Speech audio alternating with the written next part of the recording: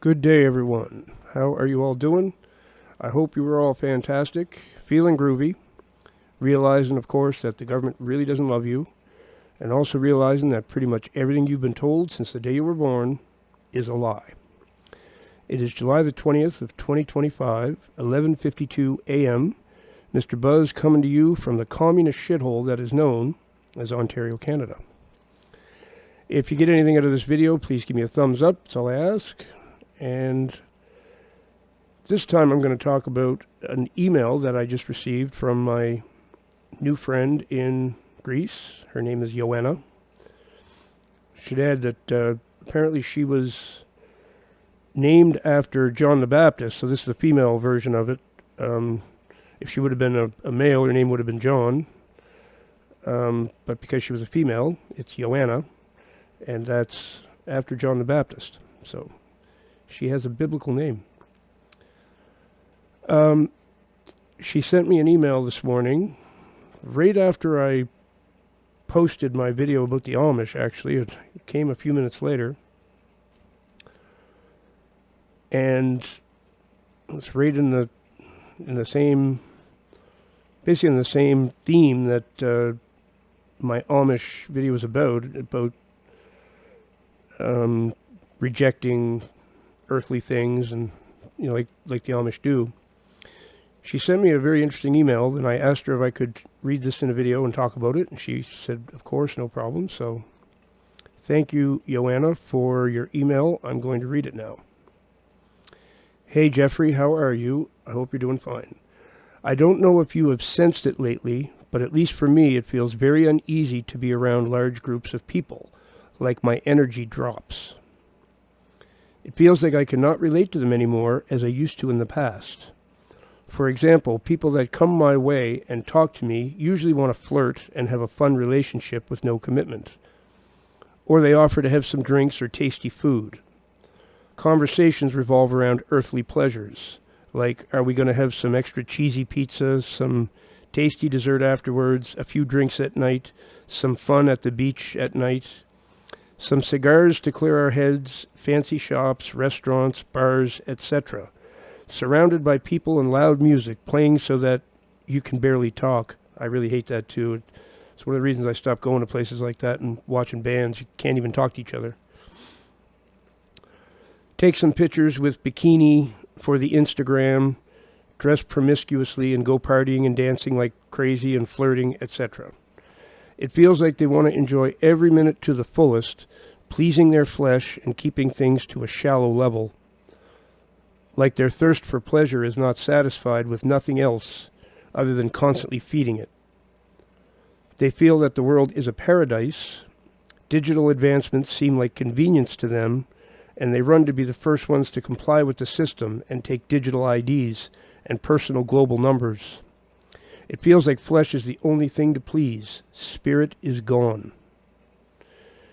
It is a routine going to work, going well-dressed to crowded places to eat tasty meals and drink alcohol while smoking and flirting around, going to bed and doing that in repeat every day. They hate being alone, and they always find people around them even if they don't like them. They also need to feed off each other's energy like their own is gone. And even and she has this in quotes, church people, I've made videos about this, the hypocritical churchgoers, some of them, and even the church people seem to have a form of godliness, like going to church, wearing skirts, and listening to the church gospel, but they don't seem to actually pay attention to what is going on in the world. They don't touch subjects that could divide people, such as the vaccines, the camera installations at every corner. They want to enjoy their lives without worries, and they are more than ready to gossip and point out people's flaws while acting like everything is okay in their face, smiling and talking kindly. I've talked about that very thing several times. The hypocrites, the ones that wear their fur coats and 10 pounds of makeup and sit around gossiping with each other about other people, and they're not godly at all. They go to church just to make it look good.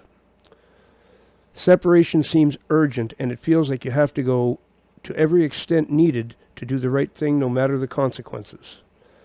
I just referred to some of my thoughts and feelings lately. Maybe you can relate. Well, Joanna, yes, I certainly can. And the fact that this is the way you're feeling now, I guarantee it's part of the awakening. Because as I informed you on the day I met you, you are one of God's anointed. And I don't think you were aware of that at all until I told you. And once you become aware of it, it literally triggers something inside you that all these ideas are going to start swimming around inside you. You're going to start to question your relationships with other people. You're going to find that you can't even stand to be in the room with these shallow, empty vessels anymore. That's exactly what happens to all of us. I ended pretty much every relationship I had with people. I have none of the same people around at all anymore because it just became a frequency clash to be around them. They have a different priority with everything than what I do. As I awakened and realized who I was and why I was here and why God was so prevalent in my everyday life, why was he communicating with me, giving me cockroaches? I've talked about that many times. When I do something sinful, the Lord manifests a cockroach somewhere where I'll find it in the next, minute or two. He even gets my cats to start screaming. So I'll go to see what's wrong with them, and there'll be a cockroach right beside them. As this was all happening, and I'm realizing, wow, this means I'm one of God's employees.